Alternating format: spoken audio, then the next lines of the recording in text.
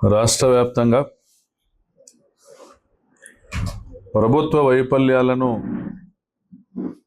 ఎత్తి చూపుతున్నటువంటి జగన్మోహన్ రెడ్డి గారిని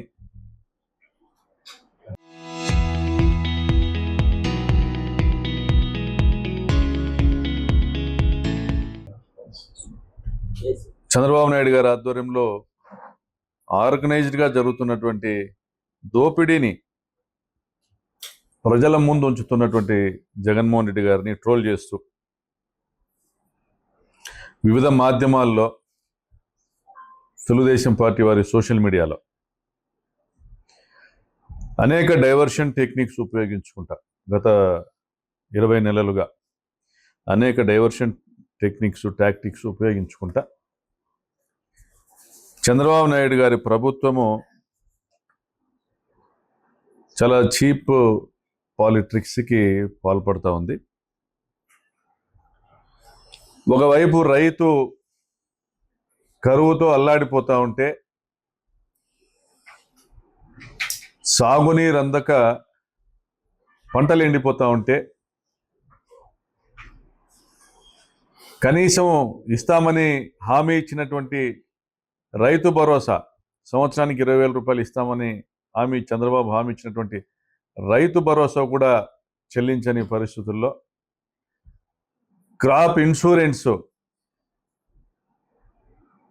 అడ్రస్ లేకపోయినటువంటి పరిస్థితుల్లో, పంటల బీమా అనేది అడ్రస్ లేని పరిస్థితుల్లో, ఇన్పుట్ సబ్సిడీ గురించి ప్రభుత్వం పట్టినట్లుగా వ్యవహరిస్తూ ఉంటే, అసలు రైతే అన్నమో రామచంద్ర అనేటువంటి కరువు పరిస్థితి వచ్చినటువంటి ఈ పరిస్థితుల్లో రైతుల సమస్యలను పక్కన పెట్టి దోపిడీలో వారు మునిగిపోయి అమరావతి పేరుతో విచ్చలవిడిగా దోపిడీ చేస్తా ప్రశ్నించినటువంటి జగన్ గారి పైన ట్రోల్ చేస్తూ, వైఎస్ఆర్ కాంగ్రెస్ పార్టీ పైన ట్రోల్ చేస్తూ, మరి దానికి మరింత దారుణంగా ఘోరంగా మన రాధాకృష్ణ మాట్లాడినటువంటి ఆయన టీవీ ఛానల్లో వచ్చినటువంటి వ్యాఖ్యానాలు, ఇటువంటివి చూస్తే నిజంగా చంద్రబాబు నాయుడు గారికి అవసాన దశ సమీపించిందా, ఆయన రాజకీయ జీవితము చరమాంకంలో ఉందా అనేది అనిపిస్తాను. ఒకవైపు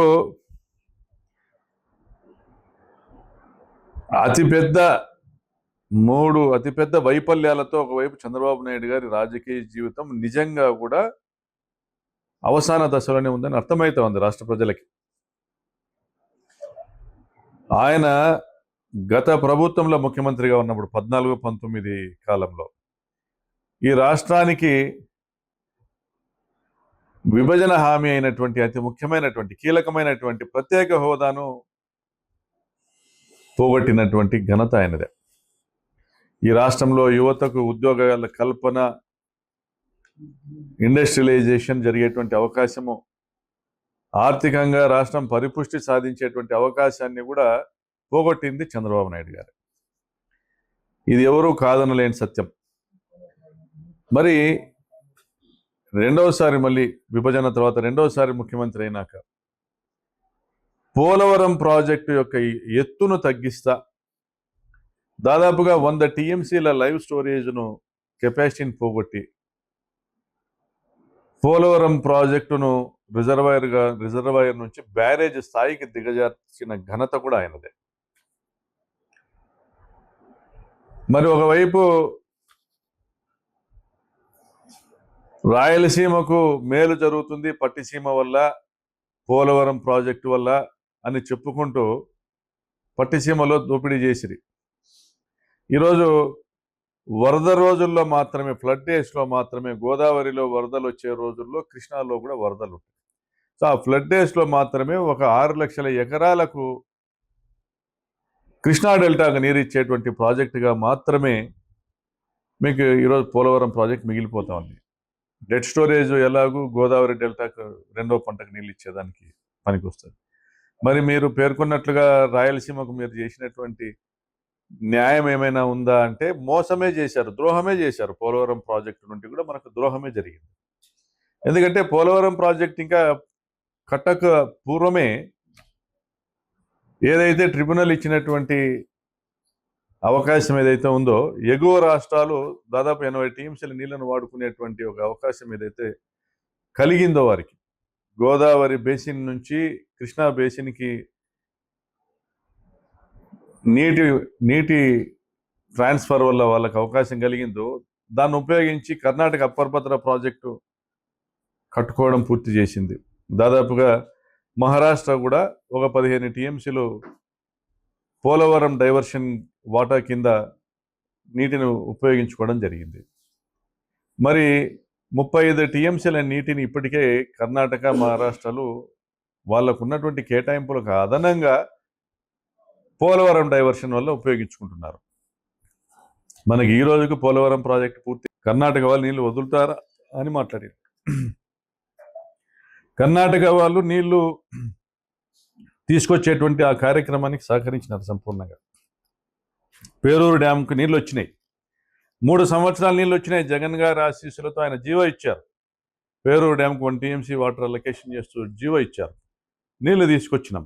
కాలువని అందులో పెన్నా నదిలో కాలువ నిర్మాణం చేస్తూ నీళ్లు తీసుకొచ్చినాం. మరి ఈరోజు కర్ణాటక వాళ్ళు అడ్డుకుంటారన్న పరిటాల సునీతే ఈరోజు పేరూరు డ్యాంకు నీళ్లు రాకుండా అడ్డుకుంటాంది.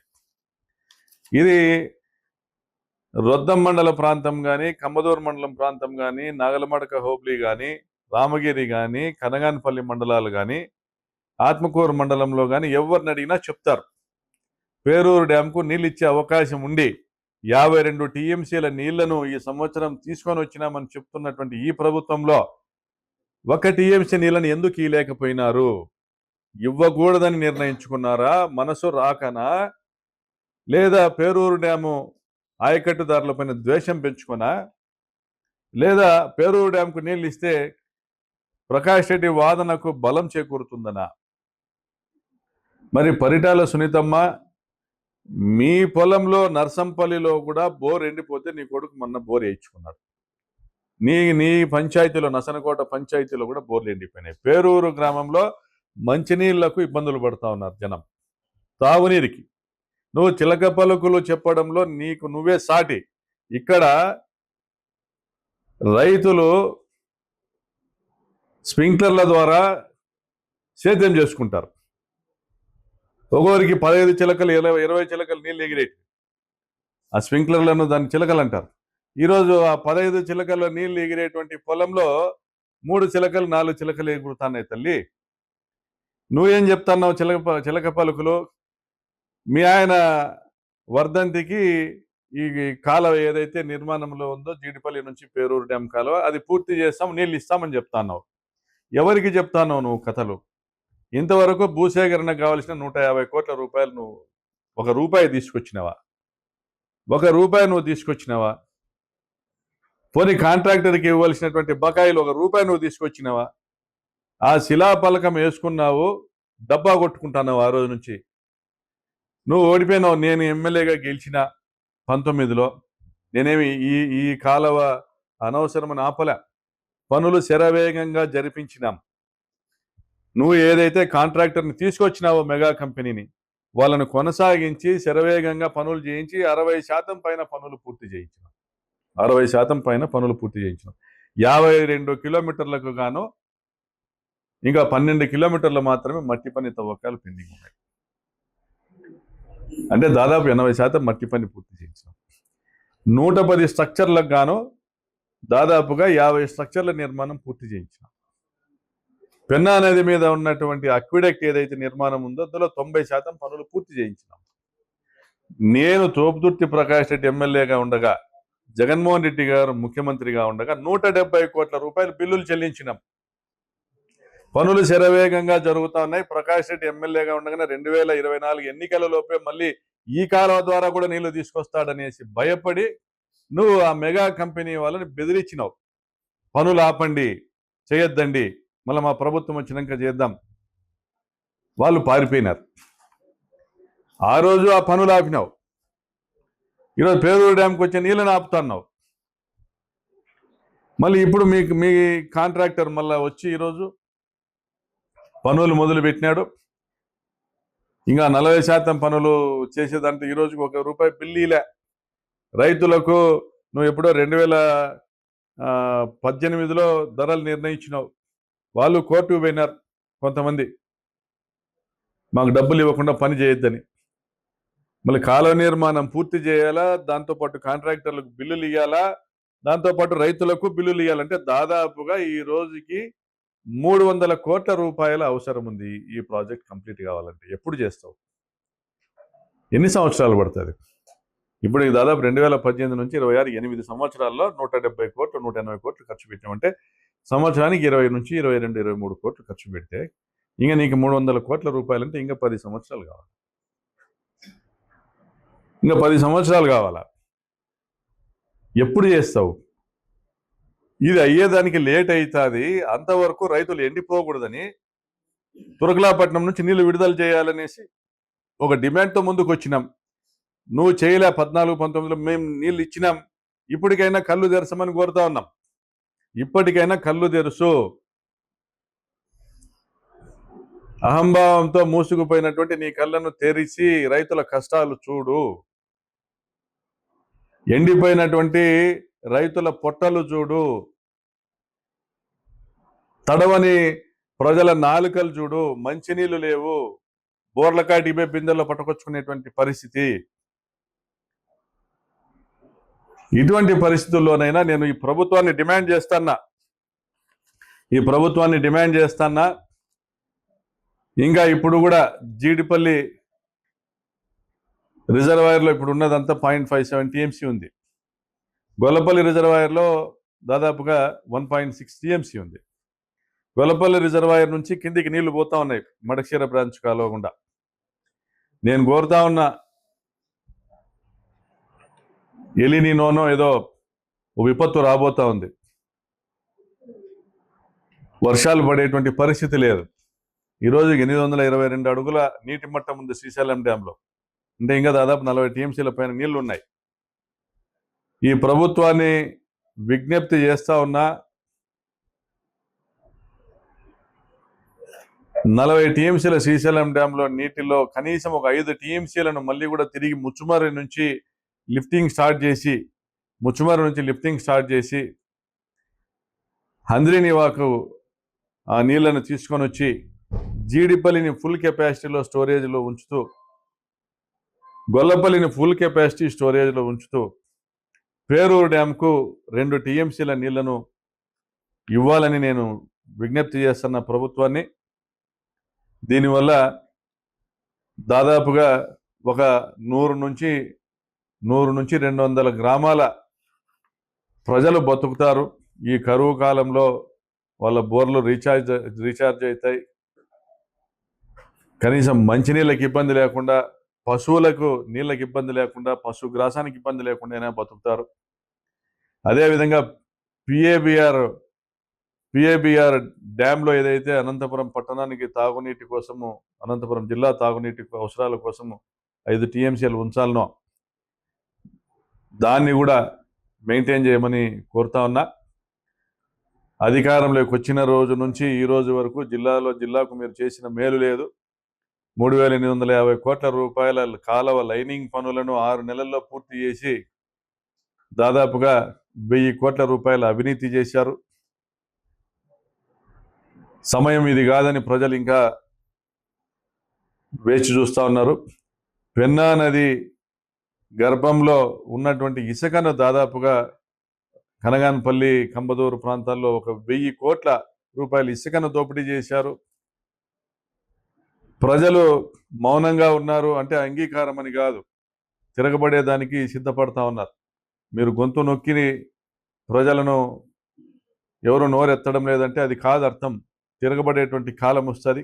అటువంటి పరిస్థితులు తెచ్చుకోవద్దని దయచేసి వెంటనే పేరూరు డ్యాంకు నీళ్లు విడుదల చేయాలా. హంద్రీనివా ప్రాజెక్టుకు గోదావరి డైవర్షన్ నుంచి నీటి కేటాయింపులు చేయించాలా. 63 టీఎంసీల హంద్రీనివాను అనంతపురం, కర్నూలు జిల్లాలకే పరిమితం చేయాలనే డిమాండ్తో ప్రభుత్వాన్ని పత్రికాముఖంగా విజ్ఞప్తి చేస్తా ఉన్నాం. ఒక రిప్రజెంటేషను సోమవారము కలెక్టర్ గారికి ఇవ్వడం జరుగుతుంది. పేరూరు డ్యాంకు నీళ్ల విషయంలో పుట్టపర్తి కలెక్టర్ గారికి, అదేవిధంగా హంద్రీనివాని అనంతపురం కర్నూలు జిల్లాలకే పరిమితం చేయాలా, చిత్తూరు జిల్లాకు గాలేరు నగర్ నుంచి తీసుకోవాలనేటువంటి రిప్రజెంటేషను, అదేవిధంగా నీటి కేటాయింపులు ఏదైతే గోదావరి డైవర్షన్ నుంచి నీటి కేటాయింపులు 45 టీఎంసీలు చేసేదానికి అవకాశం ఉందో అందులో 15 టీఎంసీలు హంద్రీనీవాకు కేటాయింపులు ఏర్పాటు చేయాలనేటువంటి డిమాండ్తో మేము కలెక్టర్ గారిని కలుస్తాం. సోమవారం అనంతపురం జిల్లా కలెక్టర్ని, పుట్టపర్తి జిల్లా కలెక్టర్లు ఇద్దరిని కూడా కలవడం జరుగుతుంది. మా ఈ డిమాండ్ పైన ప్రభుత్వము పాజిటివ్గా స్పందిస్తుందని ఆశిస్తా ఉన్నాం. 3 నుంచి 4